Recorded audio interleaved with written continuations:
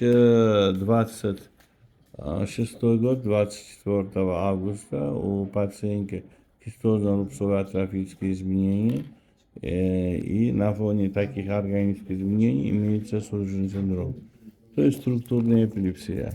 Сейчас я покажу подтверждение данного заключения. Вот это белые участки, шахту посмотрели, это структурные изменения.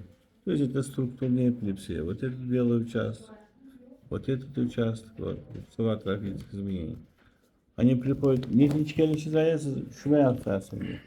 Ikkinchi kelishim. Qanaqa o'zgarishlar? Allohga shukr, yaxshi. Xudoga bizga shukr. Kasallikdan yaxshi bo'ldi. Necha oy oldin keluvdinglar? 11 oy bo'ldi. 11 oy oldin. Turmushga beringlar berdingiz. Berdim. Malades. Sog'lom bola tug'adi, muammo tug'maydi. Endi ikkinchi masala. Faqat doktorlardan qayerlarda davolatdingiz bizdan boshqa? Sizdan boshqa Samarqandda davolatganman. Osmini aytmang. Samarqand, Toshkentchi. Toshkentga kelmadim, Xorazmga bordim. Chet elliklarchi. Yo'q, chetlarga chiqmadim. Mana shu. Hozir ashundan beri 9 oydan beri qizingiz surgisi yo'q. Yo'q. Oldin ko'p bo'larmi? 11 oy bo'ldi. 11 oydan beri. Oldin ko'p bo'larmidi? Oldin ham shu bir oyda 2 marta bo'lardi. Bo'lardi. Operatsiyadan keyingi holat 2 marta. Qanaqa operatsiya bo'lgan? Boshida operatsiya ochilganda nimaga ochgan boshini? Kista dedi Samarqand. O'zimiz Navoiy Gaymarit o'tganda axlat tozalashga ochdi boshini. Shundan keyin shu sidirga bo'lib qoladigan bo'ldi. Undan oldin nima sababdan ochishdi boshini? Shu sabab shu. Sudirgi yo'q edi, lekin ochishdi. Sudirgi yo'q edi. Boshida axlat bor deb ochdi. Axlat o'tganda. Endi boshda axlat o'rniga sudirgi bo'lib qoldi. Sudirgi bo'lib qoldi. Axlat kattasi paydo bo'lib qoldi. Shunday bo'ldi.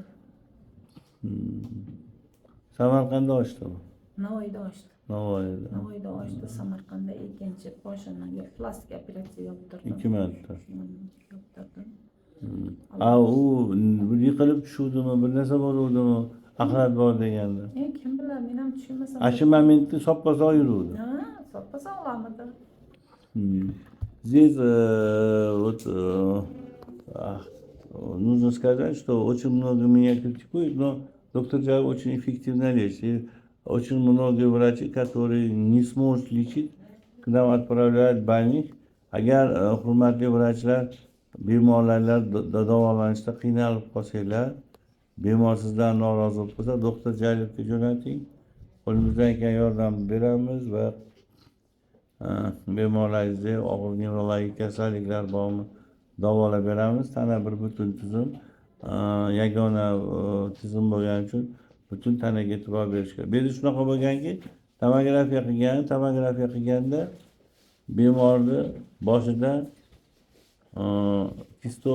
kistasimon o'zgarish hosil bo'lgan va shu kistasimon o'zgarishda miyasida axlat bor ekan, olib tashlasangiz urib qoladi degan. Olib tashlagandan keyin bu yerda kattaroq kista hosil bo'ladi.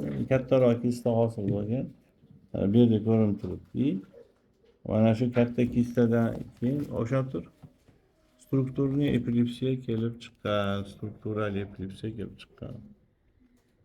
Shuning uchun nima demoqchiman?